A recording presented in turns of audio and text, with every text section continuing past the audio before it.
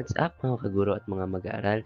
Narito muli tayo sa munting pag-aaral sa pag-aaral ng kasaysayan at lipunang Pilipino.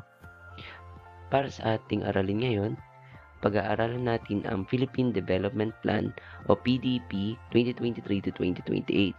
Ito ang pinakakomprehensibong plano ng pamahalaan kung paano pauunlarin ang bansa sa loob ng 6 na taon mula sa kabuhayan at trabaho hanggang sa edukasyon, teknolohiya, kalikasan at pamamahala. Sa madaling salita, ito ang roadmap ng Pilipinas para sa maunlad na kinabukasan. Para sa araling ito, narito ang mga layunin. Ating tutukuyin ang ilang opisyal na dokumentong may kaugnayan sa likas kayang pag-unlad. Ating aalamin ang mga nilalaman ng mga dokumentong sa mga prinsipyo ng likas kayang pag-unlad at susuriin natin ang epekto at kahalagahan ng mga dokumentong ito sa pagpapaunlad ng ating lipunan at kapaligiran. Ano ang PDP o ang Philippine Development Plan? Ang PDP ay isang national plan na ginagawa ng NEDA o National Economic Development Authority tuwing bagong administrasyon. Dito nakapaloob ang lahat ng programa, prioridad at target ng pamahalaan para matulungan ang mga Pilipino. Lahat ng departamento at ahensya ay umaayon sa planong ito para iisa ang direksyon ng ating bansa. Mahalaga ang PDP dahil hindi pwedeng paiba-iba ang takbo ng pamahalaan kada taon. Kailangan may malinaw na pangmatagalang plano. Ang PDP 2023 to 2028 ay nakaangkla sa ambisyon natin 2040. Ang pangarap na bawat Pilipino ay may matatag, maginhawa at panatag na buhay. Tinatayo ng PDP ang kaunlaran sa tatlong haligi. Una, ang pagpapaunlad sa kakayahan ng mamamayan o ang Develop and Protect Capabilities na makikita sa Chapter 2 to 4 ng PDP. Ikalawa, ang pagbabago ng mga sektor ng produksyon tulad ng agrikultura at industriya o ang Transform Production Sectors mula Chapter 5 hanggang Chapter 10.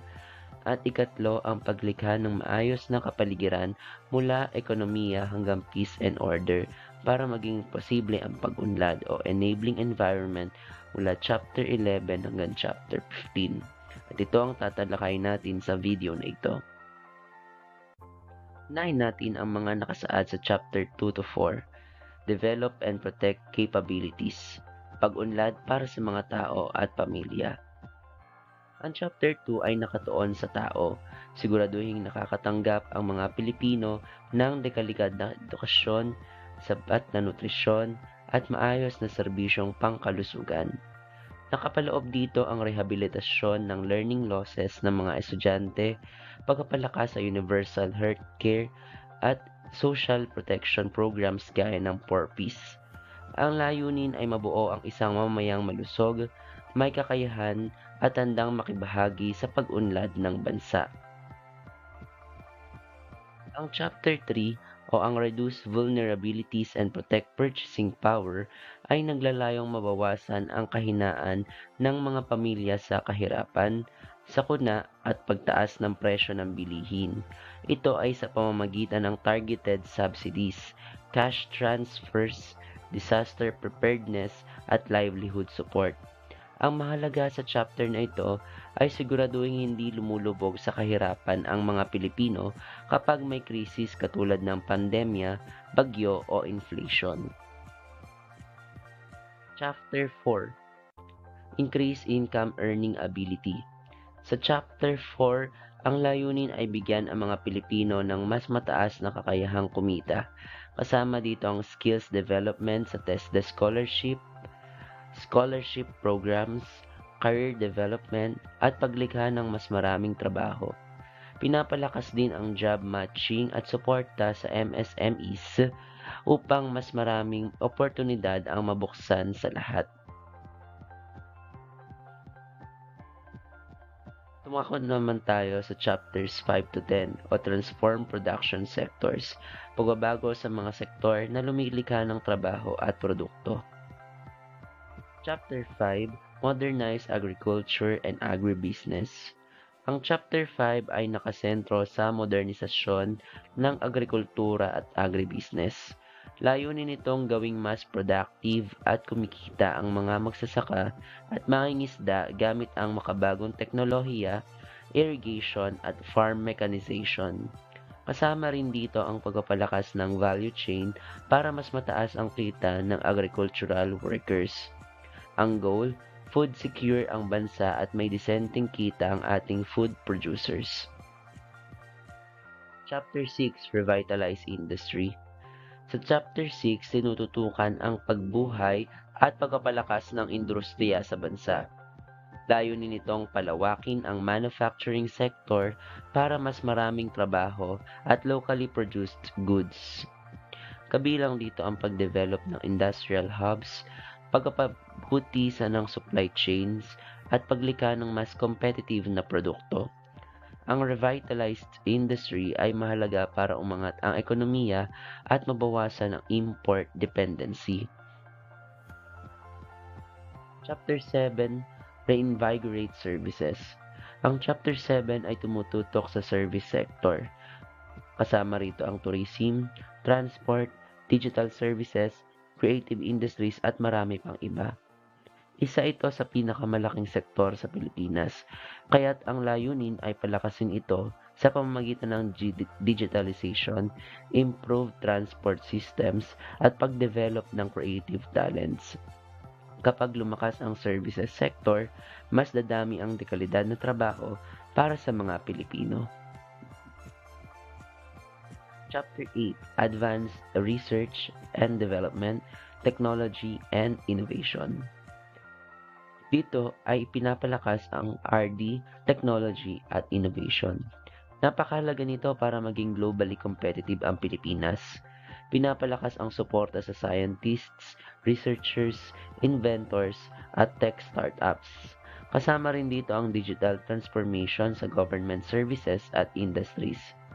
Kapag malakas ang innovation, mas mabilis umunlad ang ekonomiya.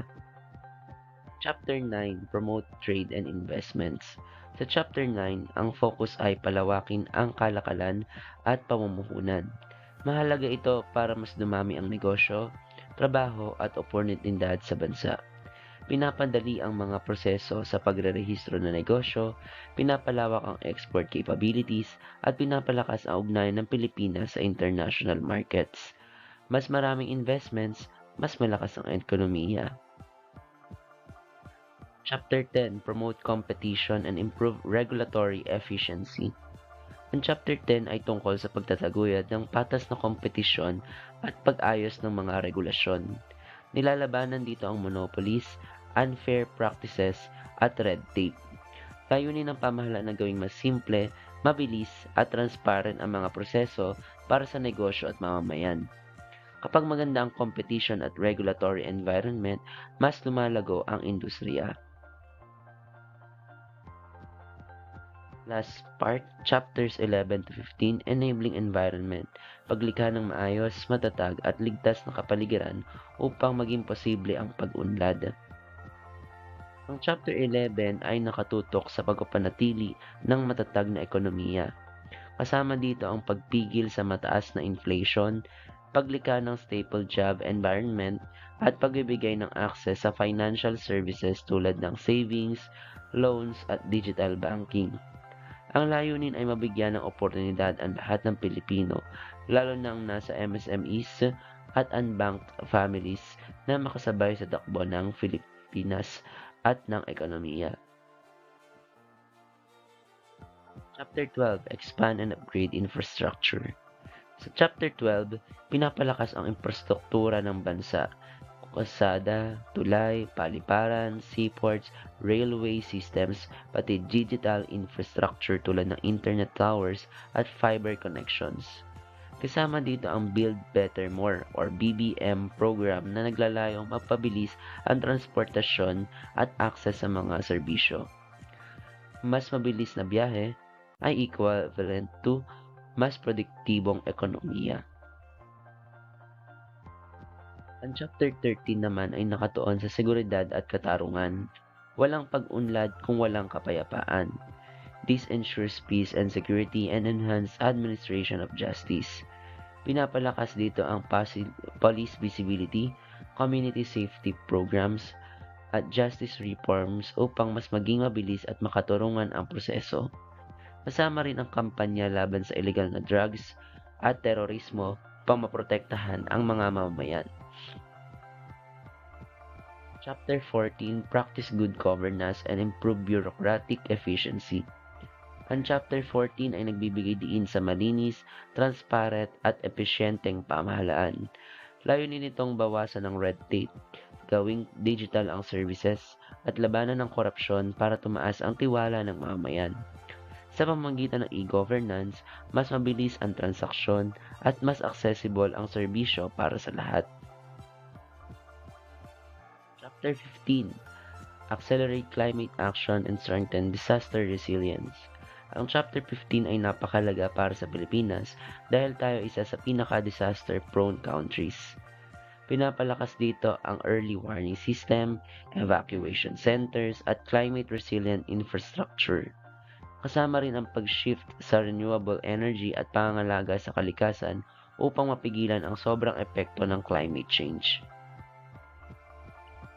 Mako na tayo sa mga gawain. Gawain 1, PDP Chapter Mapping. Sa gawain ito, pipili ka ng isang chapter mula sa PDP at gagawa ka ng concept map na nagpapakita ng key concepts. Layunin nitong mas maunawaan mo ang priorities ng pamahalaan at kung sino ang makikinabang dito. Gawain 2, Local Reality Check. Dito, iuugnay natin ang lesson sa tunay na buhay. Obserbahan ang inyong komunidad at tukuyin kung anong bahagi ng PDP ang pinakakailangan o umiiral na. Gawain 3, PDP Mini Action Proposal. Para sa huling activity, bubuo kayo ng personal o group action proposal na nakaakla sa isang specific PDP chapter. Simple lang, basta malinaw ang layunin, may target group at may konkretong hakbang. Pagtataya. Sagutin ang mga sumusunod na tanong. Number 1, ano ang pangunahing layunin ng PDP? B. Bigyan ng direksyon ang pag-unlad ng bansa. 2. Alin ang focus ng Chapter 5? B. Agribusiness Modernization. 3. Ano ang pinagtutuunan ng Chapter 14? B. Good Governance and Anti-Corruption. 4. Ano ang layunin ng Chapter 12? A. Pagpapalakas ng infrastruktura. 5. Anong bahagi ng PDP ang tungkol sa disaster resilience? D. Chapter 15. Para sa inyong pagninilay, sagutin ang mga sumusunod na tanong.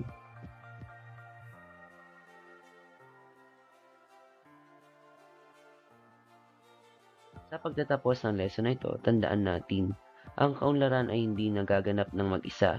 Ito ay sama-samang pagsikap. Tandaan, ang PDP ay hindi lamang plano ng gobyerno. Ito ay para sa bawat Pilipino. Kapag tayo ay nakikilahok, nagiging responsable at may malasakit, mas mabilis nating mararating ang pangarap na bansa.